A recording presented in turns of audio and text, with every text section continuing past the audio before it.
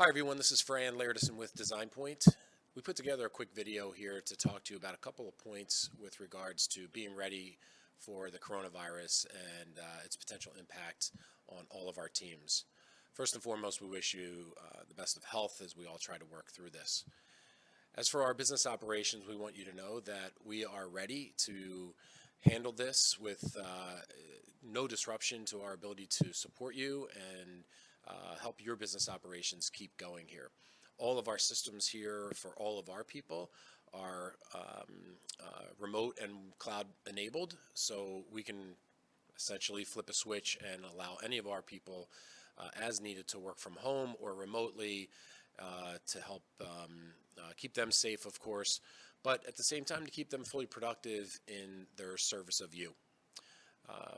Beyond that, I want to make sure that you know that all of our communication channels are open. Any of our account managers are available for assistance with any questions around solutions. Our operations people are available, and all of our technical support people are available through the normal means, our phone numbers and email. We're ready to help as you, of course, continue to try to work through this. Lastly, what we did was we put together another video that I'm going to hand over here that describes the solutions to the most common questions we're getting right now, which are related to how I can use my SOLIDWORKS license remotely at home away from the office. Obviously, there's some questions around that if you have a standalone license that's now installed on your work computer.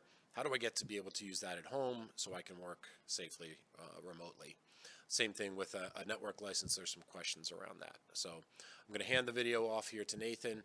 Again, we're here to help.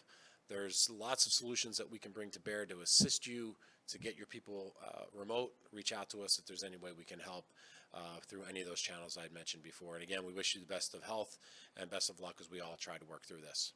Thanks so much. Greetings. My name is Nathan Gabachin, and I'm the Technical Support Lead here with Design Point. The reason I'm making this video is to inform our customers of alternative methods to continuing to use SOLIDWORKS, as the desire to work remotely may become higher in the coming weeks and months. So the content of this video is going to be recommendations for those of you who are using standalone and network license options for your SOLIDWORKS. Along with all of these touch points that I'm going to be providing, there will be a helpful step-by-step tutorial on how to perform each one of these, linked at the end of the video or in the description of this video. So, we're going to first look at the first option for SOLIDWORKS users who are using standalone, which is going to be the download and install method. If for whatever reason you can't bring your work computer home with you, you'll have the ability to just download SOLIDWORKS and get it working in your home environment if it's a suitable machine to handle the software. For download and install to begin initiation, it's as simple as going to your customer portal. If you haven't created an account, there will be steps provided in some of the tutorials to help follow that. And you're just going to go to the download and update portion of your portal here. And from there, you'll be able to select the appropriate version of SOLIDWORKS and service pack. From there, the installation will pretty much walk you through what needs to happen from there. Now let's say, for instance, that you have a machine at home that already has SOLIDWORKS installed on it, or you've completed that install portion initially. The next thing we're going to look at doing is deactivating your license from that previous SOLIDWORKS that you were running at work and reactivating it or making it active on this new machine. In order to do so, the steps are relatively straightforward. Go into your SOLIDWORKS, and underneath the help option, you can scroll down and find the selections for activate license and deactivate. What you'll need to do is deactivate your license from the work machine so that you can go in and follow the same prompt to activate it on your home license or on the license for your home machine. Now, I've provided two windows here just to differentiate that these are still present regardless what your year is. If you look on the left-hand side, 2019 and earlier, you'll find the options shown there. 2020 users will find it hidden under just one more drop-down menu.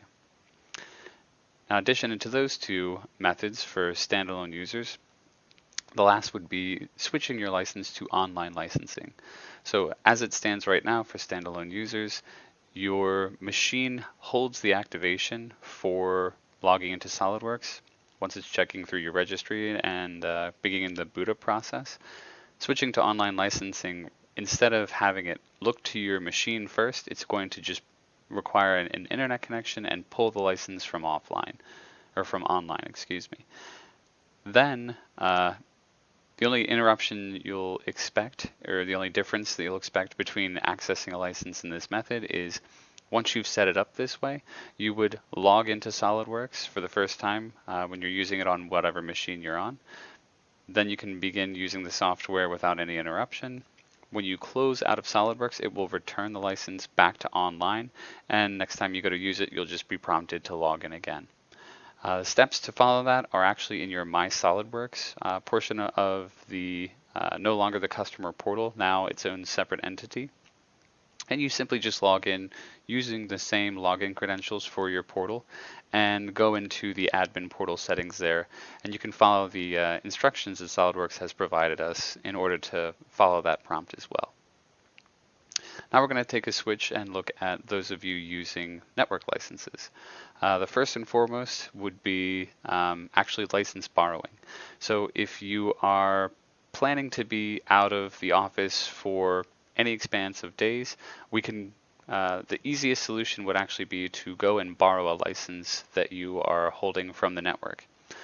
To do so, you simply just launch your Solid Network License Manager. Every install of SOLIDWORKS that's using a network has a client version on the machine that you're using SOLIDWORKS on. So you simply just launch that tool. It's accessible both through the SOLIDWORKS software and as a sort of standalone app. The image provided here is a demonstration of what it looks like once it launches. You're going to browse over to the License Borrowing tab at the top, and you should see a list of products there, effectively all the products that your Solid Network License Manager is holding for you. You would simply have to go down, select the license that it is you want to borrow, click on the Borrow button underneath that left-hand selection area, and you can set a date as to when you plan on returning it. You have a maximum of 30 days by which you can borrow a license, so if you know it's going to be shorter than that, you can only have it be a 5 or 7 day period. If you know it's going to be longer than that, you can push it all the way up to that maximum of 30 days. When you are finished borrowing the license, you can just repeat the steps to come in here and return the product. But what this will effectively allow you to do is while the product is borrowed, or while that license is borrowed, you'll basically have a standalone version of SOLIDWORKS on your machine until that borrowing period ends. So you'll be able to work without the network, without internet connection, etc. The license is viewed as being local to your machine. Now, the next option obviously is to use a VPN or VDI environment for logging in alternatively. VPN connections are great. They allow you guys to remotely get connected onto your desktop, possibly to do work through there.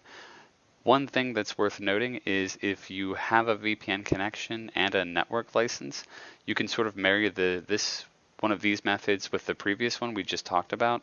Don't feel the need to log, if you're using a network license, I don't want you to feel the need to have to log into your network back at work in order to work exclusively through a remote desktop. If you can download and install your license on a home machine and then VPN in to borrow a license for it, you're all the better for that, and you should get faster connection and faster working as a result. Now, VDIs are another alternative to just a straight VPN connection, so using a exclusively virtual environment to perform all of your work duties. Here I'm including an image of the supported environments.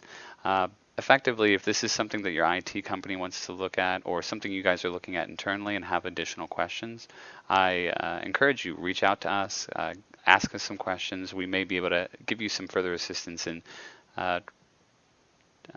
recommending or helping you to point toward the right solution for which one you would rather go down.